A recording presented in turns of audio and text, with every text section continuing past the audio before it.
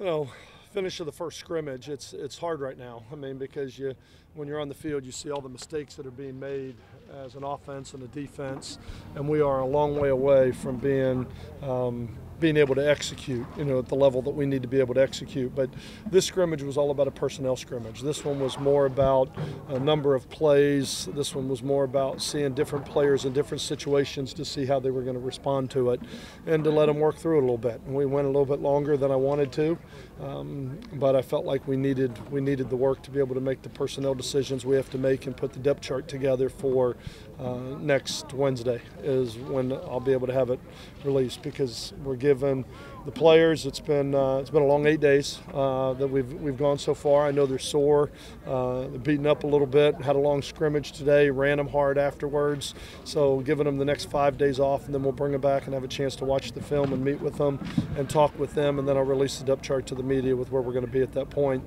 and then we'll start working off that depth chart, and then at that point every scrimmage, every position will be competed for as we go through it, but same time we're going to start to focus a little bit more on the offense, the defense, the chains, the scheme, and what we're doing as far as an execution standpoint and seeing what we can do as a football team.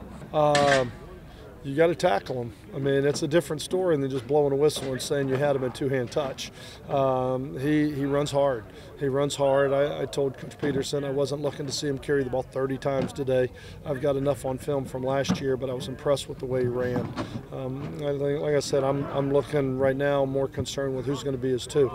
Who's going to be number two if he's not there, and if Tevin King is not there, who's going to be the guy that's going to step into that role. So I was impressed with what I saw out of Dixon today, but the biggest thing I'm concerned about in the fall is just the depth, and so I was looking as much as the backups as I was him, but he's impressive. I mean, there's some flashes. They had some missed assignments. They missed some cuts. I mean, and that's why when you scrimmage 150 plays, you go back and you watch your film and you grade every single play and you make that determination. But I thought they competed hard. I thought they ran hard. I don't think we're where we need to be as far as a backup is concerned at this point. That's why I said we will release with these players the depth chart when we look at it on, not necessarily you're R1, you're R2, and you're R3, but more on how many starters do we have, how many backups do we have, because you got to earn a position.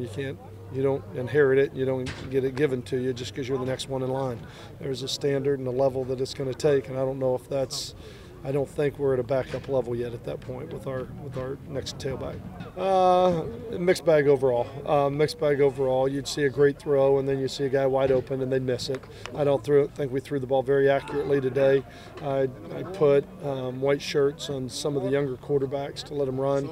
I think it's a different story standing back there with a red jersey on, knowing you're not going to get hit, and standing back there and having to make a throw when you know you're live. I've seen red jerseys ruin quarterbacks when they think they have all day, and then when it becomes live bullets, they just start, chunking the ball up when it becomes live play. And so I thought it was very inconsistent today across the board. Some flashes, but not what it needs to be. It's live, and now we're going 8-play series, and they get tired, and they start thinking about other things, and their mind goes, and the ball's going right back over their head. But we're wasting everybody's time if we can't get a snap. And so I told the team, we either got to learn to snap it or learn to get under the center, one of the two. I mean, those are really our only options, because you can't run an offense if you can't get a snap. I thought they were pretty decent with the ones and the twos. It's just right now our third, we don't have a third center right now that we could even come close to or resemble playing with. I bet we had 5 balls go over the quarterback's head today, and I believe all of them were with the threes. Well, I think Darius Burns is very talented, and we had talked about there's talent in the defensive secondary, but can we play with any type of consistency is the million-dollar question. Same thing, I think where there were some flashes, and he's all over the field, and he has got a chance really to be a really good player, football player for us, and I think he's stepping up, but he's growing up, but he's still not real experienced, and he's got to learn to play every down, because back there you only need 2 minuses to give up 14 points, and there's 4 guys back there, and if they all have 2 minuses, it could be a long day for your defense. No, and again, like I said, this one wasn't necessarily It wasn't an offense-defensive thing. It was, you know what, he's in there, get the ball to him. Wasn't trying to make a first down, and every drive started 80 yards away. So you can say, you know, the offense only scored a couple times, but they had 8 plays and 80 yards to go. If they didn't average 10 yards a play, they weren't going to score today, because every drive ended at 8 plays. You know, whether they were on the one going in or whether they didn't go anywhere. So it wasn't so much the offense or defense as much as it was just the individuals. But I think it makes it look really bad when you can't get the snap or you don't have any type of consistency yet. You know, just the talent level of some of these players. Some of them showed some flashes today of really having a chance. But like I said, we're still turning over puzzle pieces. No, I think the thing probably the biggest disappointment I had today was just the overall effort. I think we probably went a few more plays than they wanted to go, than they thought we were going to go, or what they have been accustomed to. I don't know. But it didn't have the tempo, it didn't have the energy, it didn't have the effort that I want. And that's where, I mean, I can handle a drop pass. We can get those things corrected.